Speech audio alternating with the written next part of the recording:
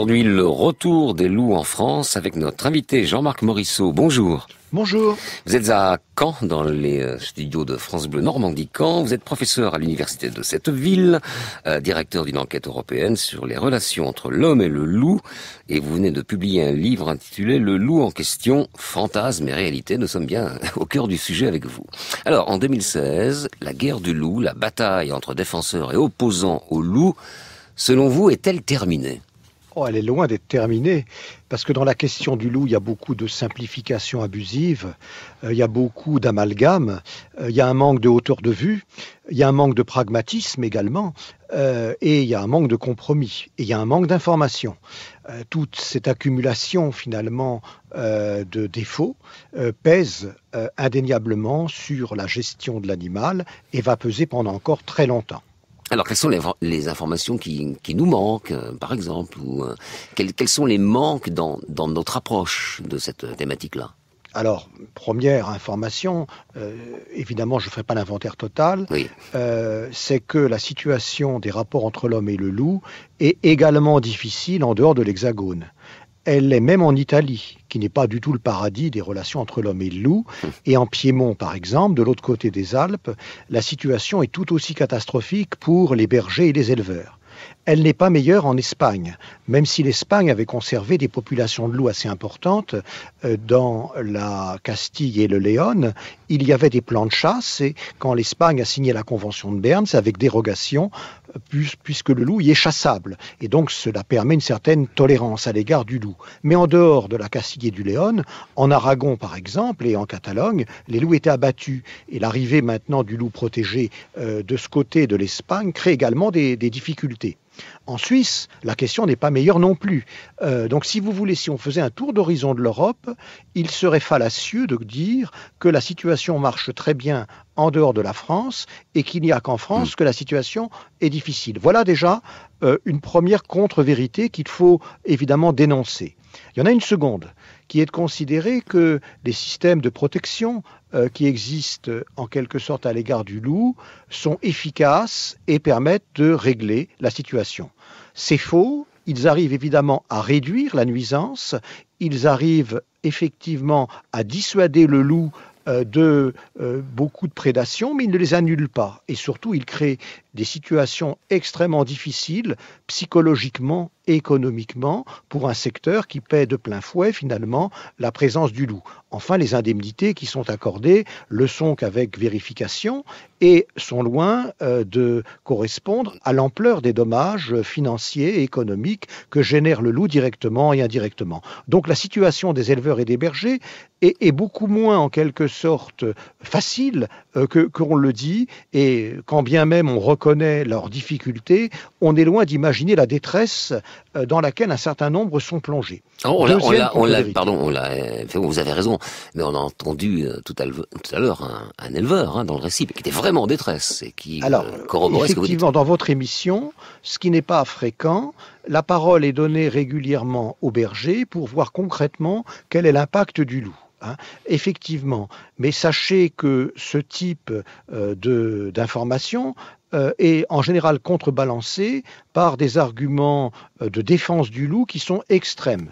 Parce qu'il y a un troisième problème à l'égard du loup, c'est que le loup est perçu aujourd'hui comme un super prédateur, emblème de la biodiversité, il est chargé de beaucoup d'aspects positifs pour en faire en quelque sorte le représentant d'un sauvage bénéfique aux antipodes de l'image qui était la sienne pendant des siècles et des siècles jusqu'à la fin du XXe siècle. C'est une caricature que l'on a qui plaît beaucoup aux gens des villes et en partie aussi à un certain nombre aussi de gens des campagnes, mais qui ne sont pas confrontés directement aux prédateurs. Il y a un décalage énorme entre l'image symbolique de l'animal et la réalité effective. Non pas qu'il faille noircir à l'extrême la réalité effective, mais il ne faut pas sceller qu'un carnivore prédateur sauvage, opportuniste, évidemment crée des perturbations qui sont inégales, mais qui peuvent être localement extrêmement graves à un secteur important de notre économie. Alors Jean-Marc Morisseau, justement, puisque vous parlez de ça, on va écouter ensemble une archive sur la question de notre rapport à la nature et au sauvage. C'est Geneviève Carbone qui parle, grande spécialiste française du loup, qui en avril 1993, en collaboration avec le magazine Terre Sauvage, a révélé au public le retour du loup en France. Et alors, elle explique que le loup finalement représente le sauvage qui est en nous. On l'écoute et on commentera après. En fait, le loup va représenter très volontiers le sauvage. Il va même incarner le sauvage avec un grand S. C'est le loup-garou, c'est la colère violente, c'est la sexualité, c'est tout ce qu'on veut, quoi. Alors ça fait rire tout le monde quand tout à coup on leur dit mais quand vous me parlez du loup, vous me parlez aussi de ça. Je vous ai jamais parlé de ça. Mais quand on gratte un petit peu sous le vernis et sous la première parole, on se rend compte que c'est des choses qu'on aborde. Et le fait de refuser le loup, c'est d'une part de refuser une évolution sociétale, parce que c'est vrai que les choses changent pour tout le monde. Tous les métiers évoluent, y compris celui d'éleveur. Ce que ça montre, c'est que quand l'homme se retire, la nature reprend ses droits petit à petit, elle retrouve sa primauté, et ça plaît pas toujours, parce qu'en France, on est quand même dans une démarche intellectuelle qui consiste à dire la nature, elle est donnée à l'homme, et l'homme doit la maîtriser. Et les personnes qui sont les plus habilitées à maîtriser l'environnement naturel, ce sont les paysans, les agriculteurs, les éleveurs. Qu'en pensez-vous? Ah, l'homme et la nature, évidemment. D'abord, le mot nature n'a plus beaucoup de sens. Il a en quelque sorte un sens de dérivatif par rapport au monde urbain et périurbain dans lequel sont plongés la majorité de nos contemporains. Mais la nature a été profondément humanisée, non seulement dans les derniers siècles, mais dans les derniers millénaires. Donc c'est une nature en quelque sorte différente selon les conceptions qu'on lui donne. Il faut bien voir que la nature, c'est un idéal en quelque sorte que l'on projette avec nos représentations culturelles où figure la place de l'homme et la place de l'animal. La nature ne reprend pas ses droits, il n'y a pas de droit de la nature. La nature a été profondément transformée depuis 10 000 ou 15 000 ans. Alors, je vais vous poser une question très, très concrète. Le loup est-il dangereux pour l'homme? Moi, j'étais persuadé que la seule race vivante qui tue par plaisir, c'est l'homme. Le loup ne tuerait pas quand il tue, que pour manger. Que répondre à cela? Alors d'abord, évidemment, dans les différentes espèces, il est sûr que l'homme est l'espèce prédatrice la plus importante. Il serait effectivement malvenu de le nier. En revanche, que le loup puisse, dans certaines occasions, être dangereux pour l'homme, c'est le cas évident en histoire. Et il y a même des phases où il a été particulièrement dangereux, à la fois comme animal prédateur, c'est-à-dire sélectionnant dans l'espèce humaine les êtres les plus vulnérables, les enfants et une partie des femmes, exposés en tant qu'êtres familiaux dans les pâturages, en particulier à la garde des troupeaux, qui étaient surtout des bovins et pas des ovins, et ceux de l'Antiquité jusqu'au XIXe siècle. Et puis les loups enragés qui, perturbés par la maladie, se jetaient sur tous les êtres vivants qu'ils rencontraient, les défiguraient et entraînaient des séquelles extrêmement graves et traumatisantes jusqu'à l'arrivée de la rage, 3 semaines ou 1 mois après, qui entraînait une mort fatale terrifiante. Donc cela a existé, il ne faut pas le nier, il ne faut pas l'exagérer, mais il faut le reconnaître. Et enfin, il ne faut pas non plus nier que, occasionnellement, à la fin du XXe siècle et au début du XXIe siècle, il n'y a pas eu des cas d'attaque sur l'homme. Il y en a eu, mais simplement très très peu, quelques-unes qui se comptent sur les doigts d'une main ou de 2 mains en l'espace d'une décennie, mais que ce soit en Inde, en Irak, en Iran, en Asie, également en Espagne, en Biélorussie, au Manitoba ou au Minnesota, pour prendre l'Amérique du Nord, on a quelques cas de ce genre. Alors, je vais vous poser une question encore plus concrète. Quand on fait des randonnées, beaucoup de gens aiment randonner, c'est bien. On fait quelquefois des rencontres, alors plus ou moins agréables, plus ou moins effrayantes. Un randonneur qui tombe sur un loup, ça peut arriver. Ça peut arriver. Oui, c'est quoi? Pas non plus de dramatiser. Non, mais je dramatise pas. Attendez. Quelle est l'attitude? Quelle est la bonne attitude? La bonne attitude, c'est évidemment d'être prudent, d'être droit debout, d'être en quelque sorte de ne pas effrayer l'animal, et de faire comme si on ne l'avait pas vu, en quelque sorte. À cet égard, une enquête internationale sur la peur du loup, qui recense des cas d'attaque sur l'homme au XXe siècle, mais surtout au XIXe et au XVIIIe siècle, qui a été organisée par le ministère norvégien de l'Environnement en l'an 2000, explique qu'il faut être prudent à l'égard du loup. Ça va de soi. Ceci étant, le risque d'attaque d'un être humain par un loup, sans être nul, est extrêmement faible. Il ne faut pas le surestimer. Alors, il y a un auditeur qui avait repéré, et tant mieux que nous allions parler du loup aujourd'hui, lundi 16 mai, nous a envoyé une lettre. Il s'appelle Jean-Paul Viron, il habite à Saint-Laurent-Royan. L'immatriculation commence par 26, donc dans la Drôme, dans le Vercors. C'est un naturaliste, et il nous dit: le marquage de territoire des meutes normalement constituées et non traquées permet une socialisation du loup. Alors, il en arrive à sa thèse, l'agressivité de celui-ci alors diminue. Il a une jolie phrase, il dit: on crée ainsi un espace de pacification.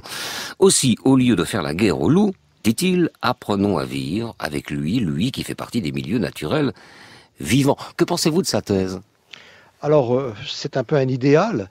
Effectivement, si les meutes se constituent normalement et arrivent à se socialiser entièrement, il n'y aura pas de comportement déviant d'individus dits disperseurs qui pourraient, en quelque sorte, assurer des prédations un peu différentes de celles des meutes, voire éventuellement attaquer des proies qui ne sont pas habituelles. En revanche, si on a des meutes qui s'installent un peu partout, comme c'était le cas en France au XVIIIe ou au XIXe siècle, les dommages collatéraux sur l'élevage et sur les animaux domestiques, pas uniquement l'élevage, mais également les chiens, et puis évidemment les génisses aussi, mais surtout le secteur caprin et ovin, eh bien se rencontreront partout. Parce que le loup est un prédateur opportuniste et au-delà du gibier qui est son premier, en quelque sorte, élément de proie, il se rabat très volontiers sur le bétail domestique. On va écouter ensemble une dernière archive, Jean-Marc Morisseau. Même ceux qu'on pensait partisans, éventuellement des loups, parce que proche de la mouvance écologiste, l'attaque. Parmi eux, il y a José Bové. Alors c'est vrai qu'il est aussi un paysan, et il le revendique.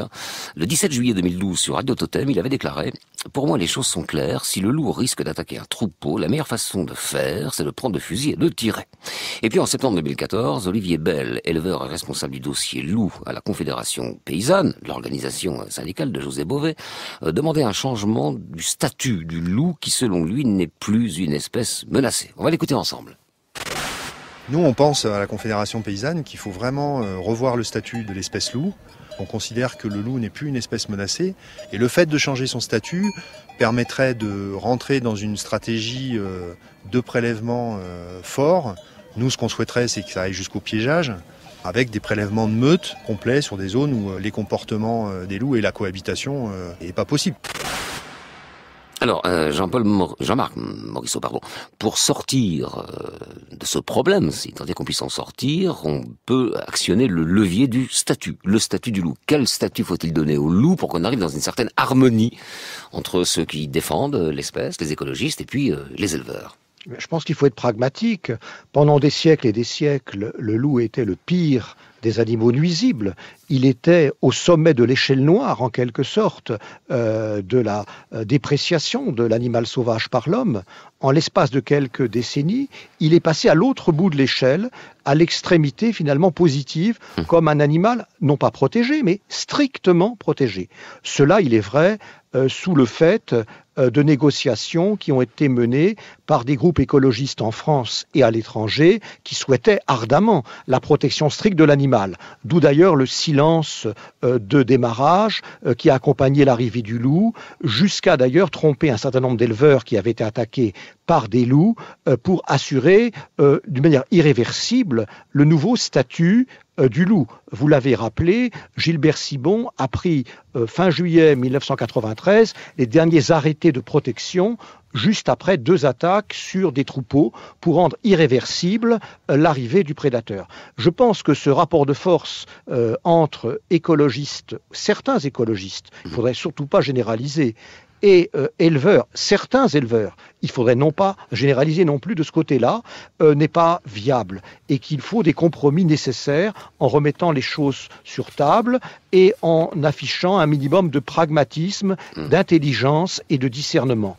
Et il faut effectivement remettre en cause le statut du loup en Europe tel qu'il a été défini par la directive Habitat et par la Convention de Berne, même s'il y a des dérogations qui existent, même s'il y a quelques marges possibles de régulation, elles sont bien trop faibles pour pouvoir gérer la question à l'échelle de l'Europe. Il faut une politique territorialisée qui permette, selon les espaces et le degré de gravité que le loup pose à l'égard de l'économie et de la société, réagir différemment.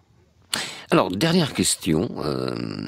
On peut faire un parallèle avec la réintroduction de l'ours.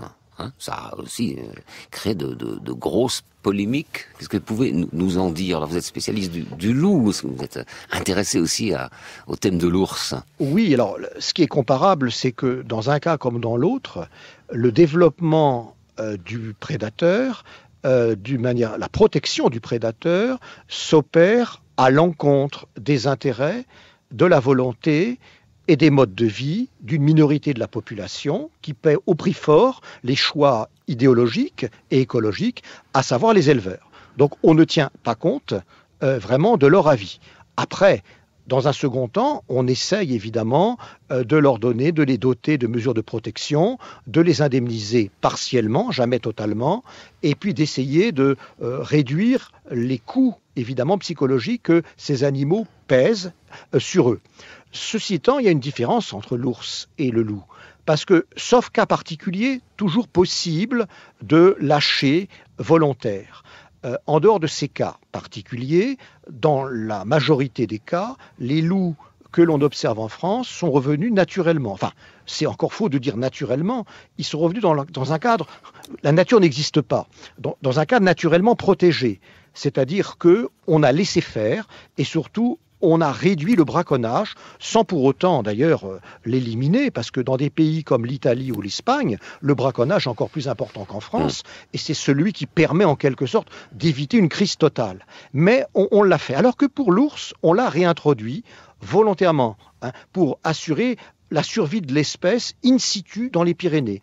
Et les ours slovènes qui sont revenus l'ont été évidemment par le biais de l'homme, alors que les loups italiens qui sont revenus en France, en majorité en tout cas, sont revenus finalement naturellement, oui, mais dans un contexte protégé. Merci infiniment Jean-Marc Morisseau pour ces informations, ces compléments et votre connaissance de ce problème, enfin cette problématique du loup. Merci, au revoir. Au revoir.